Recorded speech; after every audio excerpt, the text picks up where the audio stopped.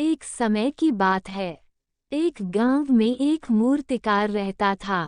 मूर्तिकला के प्रति अत्यधिक प्रेम के कारण उसने अपना संपूर्ण जीवन मूर्तिकला को समर्पित कर दिया था। परिणामतः वह इतना पारंगत हो गया था कि उसकी बनाई हर मूर्ति जीवंत प्रतीत होती थी। उसकी बनाई मूर्तियों को देखने वाला उसकी कला की भूरी भूरी प्रशंसा करता था। उसकी कला के चर्चे उसके गांव में ही नहीं बल्कि दूर दूर के नगर और गांव में होने लगे थे। ऐसी स्थिति में जैसा सामान्यतः होता है वैसा ही मूर्तिकार के साथ भी हुआ। उसके भीतर अहंकार की भावना जागृत हो गई।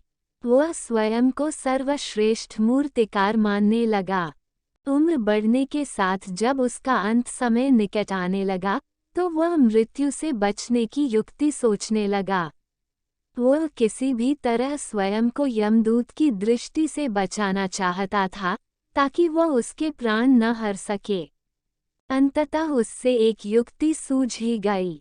उसने अपनी बेमिसाल मूर्तिकला का प्रदर्शन करते हुए 10 मूर्तियों का निर्माण किया। वे सभी मूर्तियां दिखने में हूबहू उसके समान थीं। निर्मित होने के पश्चात सभी मूर्तियां इतनी जीवंत प्रतीत होने लगी कि मूर्तियों और मूर्तिकार में कोई अंतर ही ना रहा। मूर्तिकार उन मूर्तियों के मध्य जाकर बैठ गया। युक्तिनुसार यमदूत का उसे इन मूर्तियों के मध्य पहचान पाना असंभव था। उसकी युक्ति कारगर भी सिद्ध हुई। जब यमदूत उसके प्राण हरने आया तो 11 एक सरी की मूर्तियों को देख चकित रह गया। वह उन मूर्तियों में अंतर कर पाने में असमर्थ था, किंतु उसे ज्ञात था कि इन्हीं मूर्तियों के मध्य मूर्तिकार छुपा बैठा है। मूर्तिकार के प्राण हरने के लिए उसकी पहचान आवश्यक थी। उसके प्राण न हर पाने का अर्थ था प्रकृति के नियम के विरुद्ध जाना। प्रकृति के नियम के अनुसार मूर्तिकार का अंत समय आ चुका था। मूर्तिकार की पहचान करने यमदूत हर मूर्ति को तोड़कर देख सकता था, किंतु वह कला का अपमान नहीं करना चाहता था। इसलिए इस समस्या का उसने एक अलग ही तोड़ निकाला।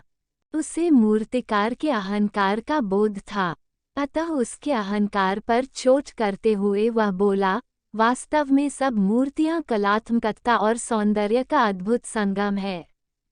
किंतु मूर्तिकार एक त्रुटि कर बैठा। यदि वो मेरे सम्मुख होता तो मैं उसे उस त्रुटि से अवगत करा पाता। अपनी मूर्ति में त्रुटि की बात सुन अहंकारी मूर्तिकार का अहंकार जाग गया। उससे रहा नहीं गया और झट से अपने स्थान से उठ बैठा और यमदूत से बोला, त्रुटि असंभव। मेरी बनाई मूर्तियां सर्वदा त्रुटिहीन होती हैं। यमदूत की युक्ति काम कर चुकी थी। उसने मूर्तिकार को पकड़ लिया और बोला, बेजान मूर्तियां बोला नहीं करती और तुम बोल पड़े। यही तुम्हारी त्रुटि है कि अपने अहंकार पर तुम्हारा कोई बस नहीं।